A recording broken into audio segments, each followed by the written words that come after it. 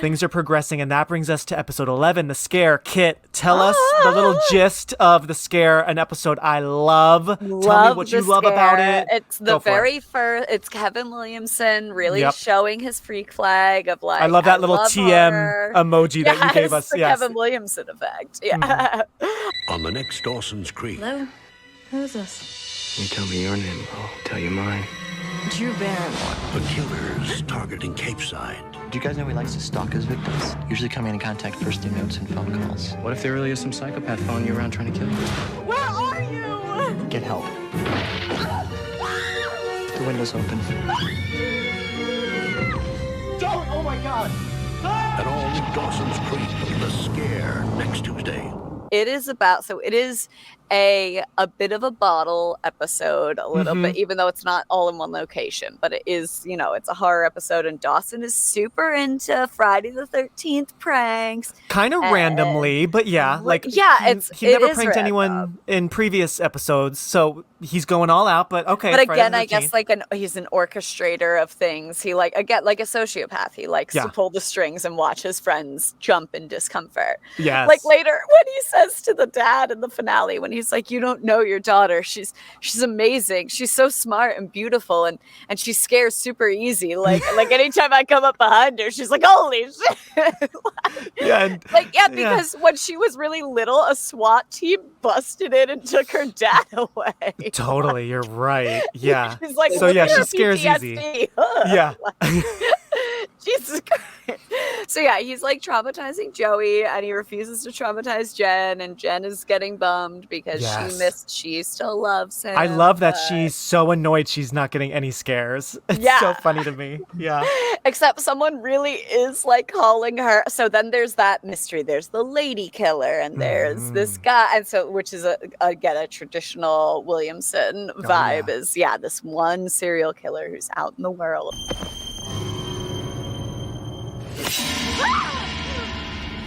Okay, all right. You know what, Dawson? This is no longer funny. Okay. Stop calling me Dawson. Who are you? Guess.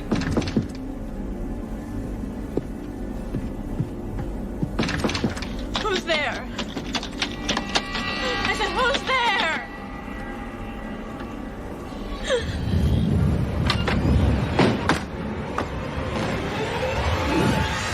And they end up going to they're gonna have a they're like, oh, did you have the seance book? Oh, you gotta get the seance, as if that's like a thing. As we all know, you just call out to the spirits. Yeah. But they're gonna have some goddamn seance. So they get a bunch of snacks at a gas station and see this couple in an abusive relationship. And Dawson goes, it's a domestic situation. Leave it alone. I'm like, so is the list for murders. Like, don't leave alone domestic situations. Jeez, he's like, it's their boyfriend and girlfriend. God, stay out of it. And because Pacey has a thing for older women, he's like immediately intrigued. He's zeroed in on Ursula. Can you give us wine? Do you love me? Are you my mom? Yeah. His mispronunciation of the wine, by the way, made me laugh so hard. So cute. That's one that sailed straight over my head for probably my first 6 watches of the show. Yeah, for sure.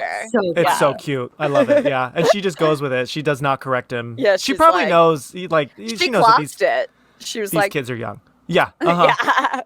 But then she goes home with them. The guy's following them. This creepy guy approaches Joey because they lock her in the car, and they're like, wait here alone at a gas station. And that guy is creepy. He's and he remembers her name. And it's just, I saw a tweet once that was like, men at a gas station are a different kind of horny. And I feel like that is true. Oh my God. Yeah. I mean, it happened to me today. Someone said, it was actually, he said twice, no disrespect. He went, yo, no disrespect, you look fine.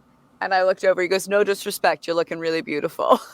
Okay. It's like, well, he said no disrespect like twice. He tried to make it clear, like, in the most respectful way. Love it. Good for you. Like, thanks. But yeah, so he's a gas station guy, and he's really creepy and scary. He did mean disrespect. He didn't say no disrespect before anything to Joey. Totally. They go back, they're having the seance, more and more spooky things are happening, and then the lights cut, and the power is out, and then the phone line is down, and then you think maybe the girl is evil, maybe the guy is evil. The guy is evil. He breaks in the and like tries boyfriend. to kill everyone. He's scary. Yeah. And then they just like let it go. She's like, "Bye, guys," and I'm I like, know. Again, Meanwhile, the screen and the window are like busted. Yeah, I know. like this is vandalism, and you guys should probably be in prison. Like you can't go around choking kids and buying us wine and shit like that. Yeah. Oh my God. Jesus Christ. So it ends with Dawson being like, "Don't worry, I'll totally prank you," to Jen, and it's totally okay. And then Joey's like, for a second, she's such a fucking sad sack. And I guess that's another way that I was like, a lesson to be learned from her is that's right. You are, because I resembled her, and it was like, that's right, you are so gross and nobody loves you. The way that Joey was constantly being like, oh, I guess if I died, you'd probably throw a fucking party, wouldn't you? Oh yeah, that conversation is so like that. Best friend since we were little. Like, God damn. It's really grim. Yeah. It's just also so cheesy. Like, I can't imagine you like being sad when I died. Joey, of course. It's just I would be devastated. I'd be like, but you'd be like, are you fucking kidding me? Yeah, you'd be like, oh my God, shut up. But instead he's just so earnest. You're not well if you think that. Like, genuinely, what do you think of? And now it's about me. What the fuck do you think of me? I'm not gonna care. And then my favorite moment is at the end when they're back in bed about to watch a movie again. Then they see the news that guy, the murderer that was trying to kill Joey, the guy approaching Joey was the real lady killer. And they got him. That's such a great little twist. I love that. I love that too. Such a fun episode. I love that. I love all the scares. I love the lighting at their table. I love that. It was like. It's like just a ring light on the table. This really Austin fun. Powers thing going on. Yeah, this amazing shag pad thing. Like, how does a child have access to a light up coffee table? Yeah. Let's now fast forward to the last two episodes. Beauty contest is 12. That is, of course, the big moment, and we got to just take a second and talk about it. So Joey is gonna do this pageant contest that she is making fun of in the beginning, but $5,000 is on the line, so she needs some money. And Pacey, I completely forgot, Pacey signs up for it as well because he needs the money, and who cares? But it's the Miss Windjammer. Tonight on Dawson's Creek, a beauty pageant with a twist. You're the guy entering this contest?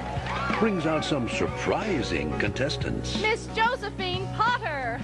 What's happening, Joey? I've known you forever, but I feel like I'm seeing you for the first time tonight. An all-new Dawson's Creek, tonight. So this is the infamous On My Own. Joey sings for her special talent. Do you guys want to recreate it? I'm going to throw it over to you. I think Sarah's is the best. Do it. Sarah's is the most clear. Oh, man. Okay. Well, if this sucks, please insert the audio note where I actually did nail it. Yes. We've saved it. No. That's how she sings the final note. Bye.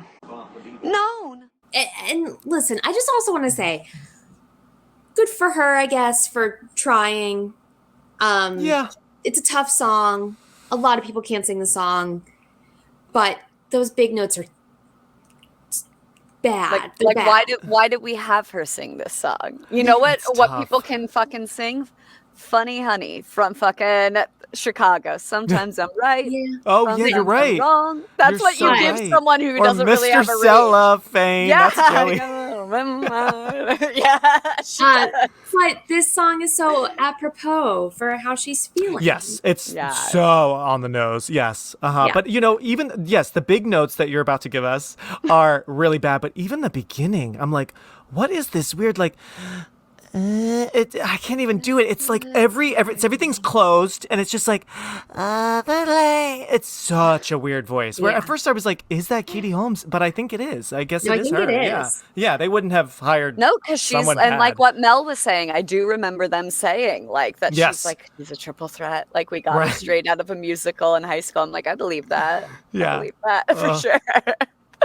Yeah. Okay. So we get to the big note. Yeah. And also I should say too, while she's performing this, it does feel like she is, as she's saying these words, realizing that this is how she feels about Dawson. Like she's killing it on the acting front. Yeah. We got it. We know exactly what this song means to her. Yeah. Yep. She's a single threat. She can threaten with one talent at a time. Hey, it's more than some. There you go. One's more than zero. That's So I'll do my best to impersonate the big note, which is Take your time. Yeah, thank you. I'm trying to think of the words that lead up to it. The world is full of happiness. The world is full of happiness that I have never known. No. Like Julie Andrews. No. I laugh like when you guys sent those those voice And texts. I have never known. Oh my god, it's so good. I love it. I love it so much, guys. You guys are killing me. So she sings that and she doesn't win, but she's at least the runner-up, and she gets, I put it in my notes, she gets a free haircut to Betty's Hair Barn. That's what she wins. Yeah, Betty's Hair Barn. So, she at least came out of that with something. And then the final episode, Decisions, final episode of season 1. There's some different things going on. It's not like the most riveting episode, in my opinion, but the big thing is, like every finale of the 90s and 2000s, between this and Friends and Sex and the City, is she or is she not going to go to France? Yeah. It's like this was a time when there was just the US and France. Where are you going to go? She didn't speak French. Like, I did not clock that the first time I saw it. Right. And then she was like, I don't know, I don't speak French. I was like, why the fuck did they choose you? Yeah. I was so good at math that they were like, you get to go on the France scholarship. Now I forget, guys, is she going for like the summer or semester? A semester. So I guess it would have to be the summer, though, because it's like within 2 weeks. She's like, I'd be leaving in 2 weeks or something. Yeah, interesting. Unless this is really just the first semester, and then there's the whole like spring semester. I don't know, but so she's dealing with that. Grandpa is awake, but is struggling. Right? And then we have the whole prison stuff. What did you guys think of this episode? Any thoughts? Any things that stuck with you in a good or bad way from your watch? I'll start with you, Kit, this time. What'd you get from this one? I agree that this one, it's even more so than other ones. You can really hear Kevin Williamson like talking to being like, okay, so I wrote this movie. I wrote this TV show to have a cliffhanger, but I know that you're smart. That's why you watch Dawson's Creek. So I'm going to need you guys to know that I know that you know that I'm writing a cliffhanger, and there's going to be a cliff from which they hang. Like, you can just fucking feel that in the dialogue. Very self-aware. Yeah. And there it was. It was like, this is almost too much. But Yeah. But I also loved, now that I am older, I know that Joey and Pacey have a love that cannot be, rivaled, really. Yeah. But as a child, I wanted Joey with Dawson, because she wanted to be with Dawson, and Dawson was the lead, and Dawson had Leonardo DiCaprio in Titanic hair. And a boy with that look in 1998 to me deserved to get You're like, yeah, go for him. Yeah. It's like, yeah, obviously he's gorgeous. I agree. Even though we know in the end they're not right for each other, it's nice to see her finally get what she wants, finally for him to realize it, and he wants her back. Totally. Yeah.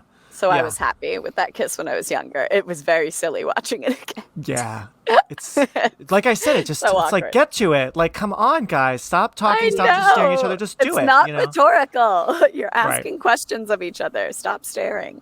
Yeah. How about you, Sarah? What were your thoughts? Because I know you were watching this one too. I think I was never a big Joey and Dawson fan, even as I was watching it live and not knowing where we were headed. I think I never was really rooting for them.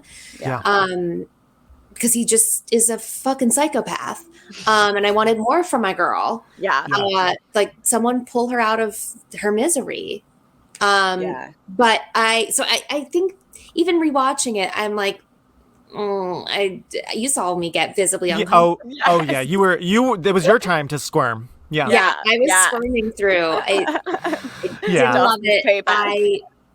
And like, I know I had to fast forward through some of it in order to get to the last scene, but like, I feel as though it does do a good job. The episode does a good job of setting up like, okay, Dawson's the one who took her to prison to see her dad, but ultimately when she needed to get back, who came through? Pacey.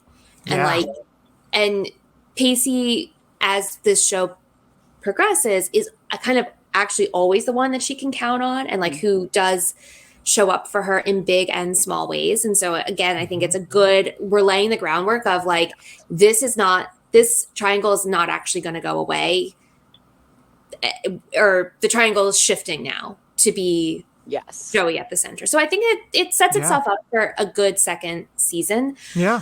I'm curious though. I mean, the timeline on this show is wild. I have no sense of what month we're in. Apparently, I read that. Apparently, this is supposed to, and then you know what? I read it and then I heard it in the finale because Joey does say something about 3 months. Apparently, season 1 is like it's like the beginning of the school year from maybe August, September to like December-ish, because it's supposed to kind of be like 3 months. And it didn't snow in Massachusetts. I know, right? No snow. We did see some autumn leaves when like Pacey and Joey are in the boat, like in an earlier episode. But yeah, the seasons aren't changing too much by the end. Yeah. Especially on that creek. Yeah, the wind totally comes off the creek, man. Yeah, but talk about quick cliffhanger, iconic end shot. Yeah, like, I know. We go back to that window where it all started. That window on the ladder. Oh, I mean, that is Dawson's Creek, right? Fact check me on this. Does every episode in this season open in Dawson's bedroom? I don't know if everyone does, but a lot do. And a lot open with Dawson and Joey, usually in the bedroom. In the bedroom. Yeah. I'd say the majority of them. I can't remember any off the top of my head now that don't. That aren't. Yeah, we come full circle with the window. Now Joey has what she wants. They, keep kissing in the window. It's also nice to finally meet Joey's dad. We've been hearing about him so much, so he's a big player in this one. Yeah. And then, Jen wants Dawson again, and she now can't have him. So, and that is kind of shitty timing that now her grandfather's dead and she's single. What's she going to do?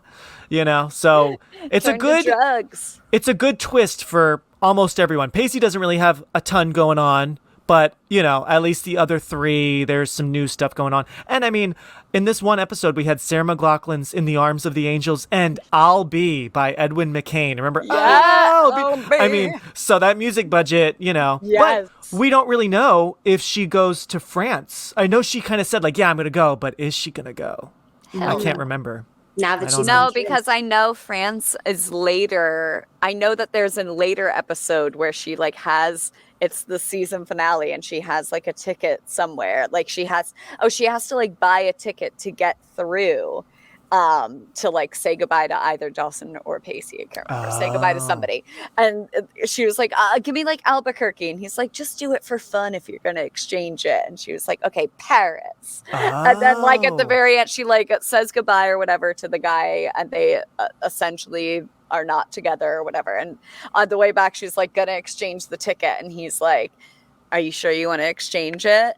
And she like looks up and there's a freeze frame with like your classic Joey Potter, like,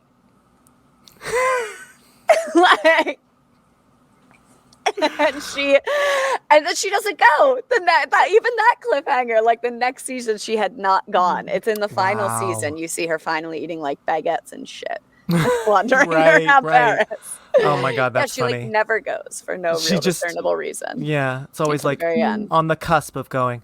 So that's season 1. I know I have taken so much of your time, and thank you guys. My last question for you. So obviously this ended up being a huge hit. It had 5 more seasons. We don't need to go into detail, but feel free to like give me like 2 highlights from the later seasons that we haven't touched on that you love or hate, or anything that you really remember from later in the show that you want to share. Sarah, you want to give us something? Well, I think I talk about this in Hometown Loves once a month, the Kmart episode where Pacey and Joey get locked in a Kmart. I want retroactive Emmys. Yeah. Golden Globes. But Pacey will rot candy this late will rot our teeth. Every time I bring it up, Kate does mention that as being the most ridiculous quote. Yes. And then at the very end, never close this store. Bitch, I'm a cashier. I can't help you with that.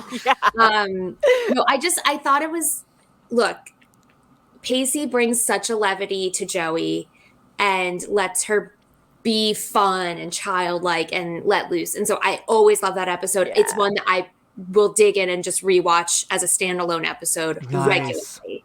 Okay. Love. So good. And then I think the other big standout is, I want to say it's the season 2 finale or maybe season 3 finale where we get the reveal of Joey has chosen to go on the boat with Pacey for the summer. And is that when Dawson cries, the famous crying thing? I wonder if that's is that something else?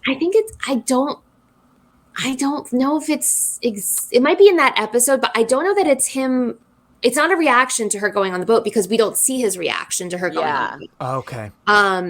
Yeah. But oh man, shivers down my bottle when we see she has chosen Pacey.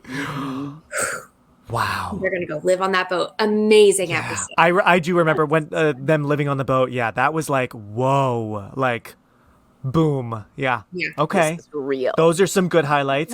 Kit, what about you? Any highlights from the later years that you wanted to shine a light on real quick? One of my favorites, and I made us watch it for Halloween this year, is A Winter's Chill. Right. The other big, I guess did they do it literally every year? The scary episode. A scary it's the only one? that I remember. I remembered that one and the scare very well, but I forgot they do a Blair Witch one. Yeah. But I think that might have been it for the. Well, Winter's Chill is later in college, am I right? It's in Okay, college. this is the radio station one. Yes. Yeah. Okay. And it's funny because I always think of Winter's Chill. It is around the time that both Dawson and Jen were kind of not on the show, but they were on the show because Dawson's not in the episode at all. It's Pacey, Jack, and Joey hanging out with Grams. And they're all telling story, and they and so it's 4 vignettes. So Joey's story, all of them are scary. All of them are atmospherically too very. I need to Kevin rewatch Williamson it for trademark. sure. So Joey's, if you'll, and I'll be really brief with it, but if you'll recall, Joey's is she almost gets raped and murdered in her a guy has been raping and murdering young women, and she's locked away, and she we think it's this one guy, but then it ends up being the other guy, and it's really, really frightening, and you realize that oh my God, she's locked away with this guy who literally rapes and murders young women, and she ends up fighting him off with Taekwondo or some shit. And it's that's the first one they start with. So I think we're supposed to think that they gradually get scarier. And I definitely remember the supernatural ones being scary, but it really struck me now as an adult. Joey tells the story and Jack's you think that's bad? I listen to my scary story. And his scary story is he's in the frat house and the ghost of a kid who was gay and was bullied and committed or died by suicide comes and haunts him, and Jack ends up being it's okay, I accept you, and which is beautiful, sure, but that's not innately scarier than getting rape murdered. Hanging out with a ghost is not yours. And then Pacey was you think that's bad? I was driving a car and this guy was chasing me, and then there was nobody in the car even. I do remember which is that. Scary. And then Jen's is the most what is happening here? But I remember Jen's being the one at the time when I was seeing it live that I was the most frightened of. Because it was she's so at the weird. radio She's at the radio station, station, right? and she's all alone, and it's Jennifer. Yeah, wow. I haven't rewatched that in a long time. I'm due for a rewatch of But Winter's Joey's is Chill. legitimately terrifying, and it is very offensive that Jack looks her dead in the eyes and says, yeah, well, I met a fucking ghost. So she's okay. Okay, I need to maybe fact check this, but I'm pretty sure the guy that Joey talks about in that story, because they get locked in an ATM vestibule, right? Or something. She gets robbed and ultimately starts dating the guy who robbed her. Yes, I remember that. Yes, I remember this one. If this isn't your proof to go revisit the college years. You have to. I remember the ATM guy. This is the guy from Popular. The popular guy from Popular is the blonde guy. Yeah, I love him. Wow. Okay. I loved Popular. Oh, we can talk about that one when it's an anniversary, because I'd love to. That show was Mary so Cherry. good. Oh my God. Iconic. Oh my God. So that's a good one. Any other little yes. highlights did you want to share? Do you have another one, Kit? I love the boat story with Pacey and Joey, and it did make me really understand their love. And I love when they came back and everyone's basically like, did you do it? Did you lose your virginity? Did you? And she like keeps being like, I'm not going to talk about it, blah, blah, blah. And then finally she says like, no, we didn't. And I think it's Bessie, right? Who says like, well, what did you guys do all day? And it like drifts back into her memories, and he reads her The Little Mermaid every night. They're like all stressed. Yeah. Him, and she goes to him and she says, Pacey, can we go do what we used to do on the boat? Yes. And so everyone's like, it's gonna be fuck. And no, they lay in separate hammocks and he reads. And he reads, Wow. Okay, I had no memory of that. Or was it The Little Mermaid? I thought it was Little Mermaid. It's possible it's Peter Pan, though. They talk about Spielberg's a lot about the Peter Pan syndrome. Yeah, in which, one. Like, so. He's still in that. What are you talking about? Peter Pan. And Ash goes, didn't he make Hook like the year before? Yes, this? and the big Hook poster. A literal Peter Pan movie. Yeah. He's very much in it still.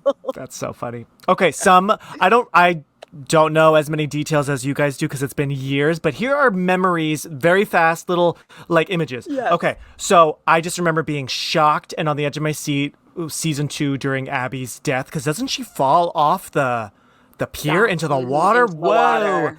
Yeah, which then oh my gosh, that funny show Search Party kind of does something similar with a character. It's a boat. Anyway. But they push her off the Staten Island Ferry. Yeah, the Staten Island Ferry. Yeah, exactly. But I remember watching that and being like, oh my God, Abby from Dawson's Creek. So Abby's death like is a core memory for me. I got to talk about Jack's kiss. It's, I think, in season 3. It was all, I really want to share it for a second just because I know it was the first time, finally, in the year 2000, I believe, that a male character kissed another male character on national network TV.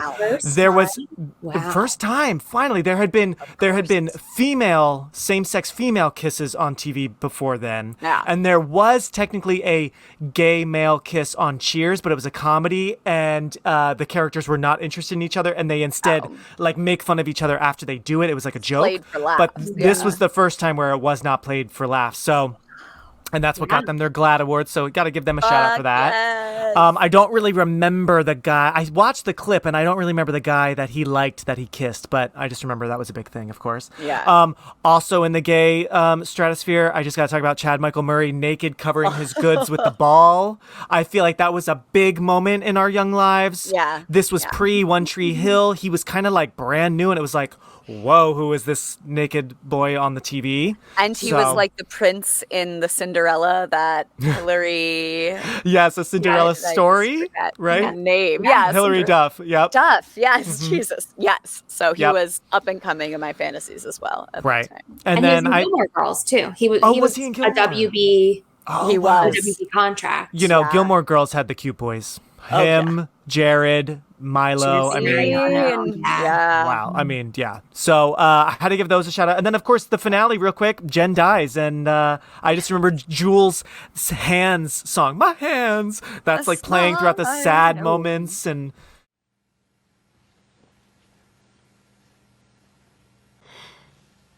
I'll see you soon, Chad. Soon. It actually was so sad. Remember the video she records for her daughter? Yeah, and she says, "You, my girl, must be a dreamer."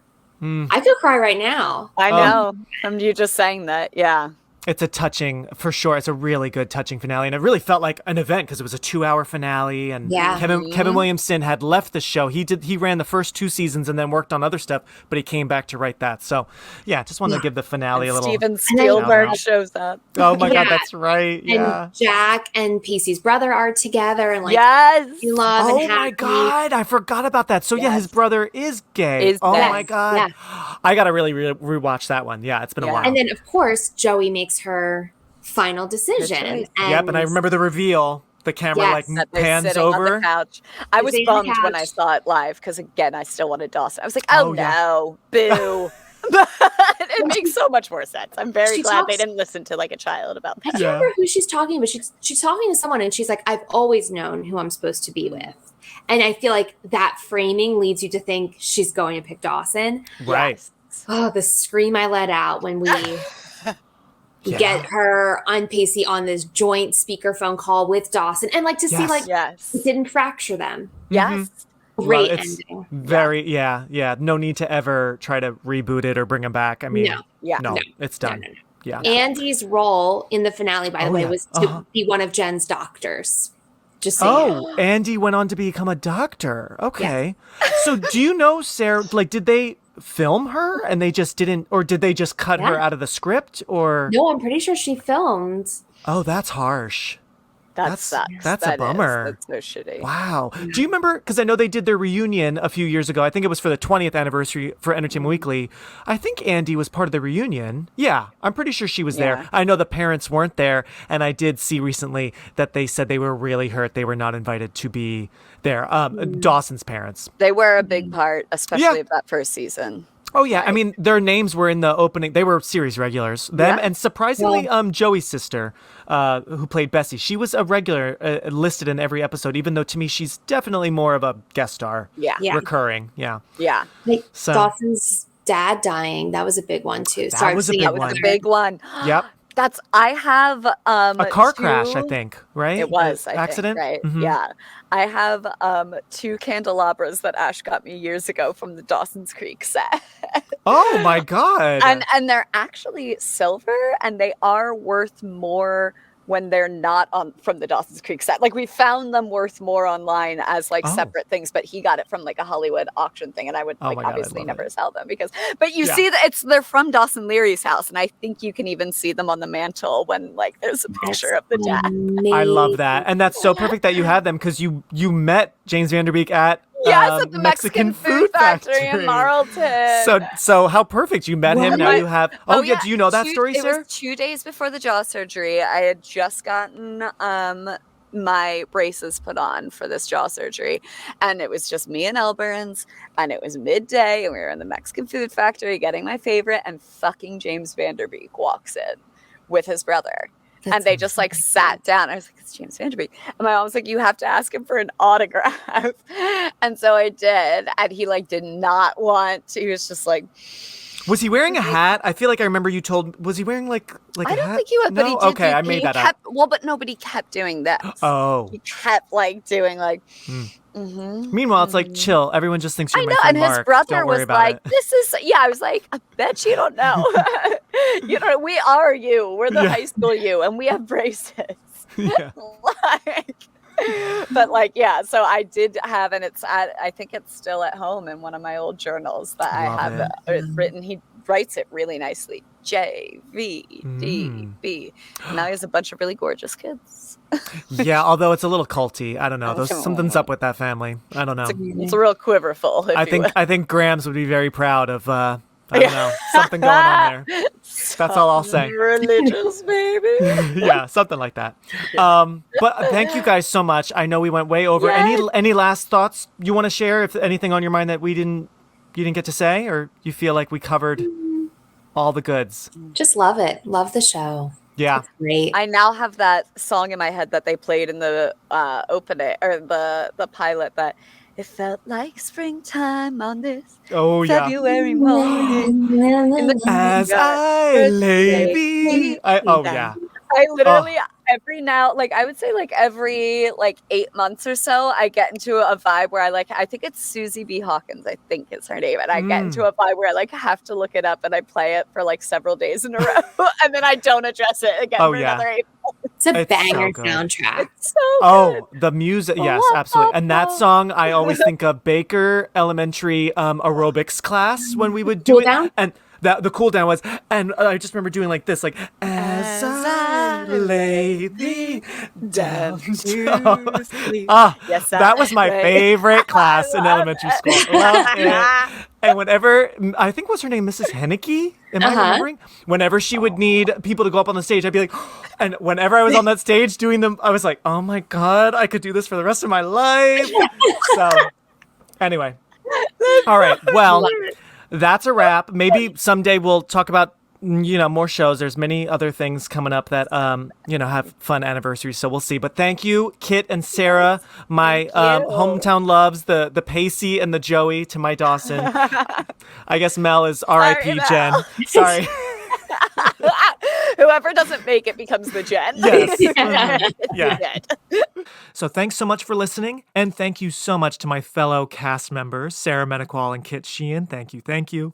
Video highlights of this episode are also on Portland Media Center's website and YouTube page. Thank you, PMC.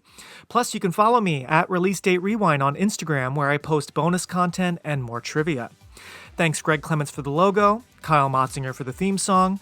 Leave a review, send me your thoughts, anything you want. And in the next episode, everybody, we're celebrating the rom-com The Wedding Singer. Until next time.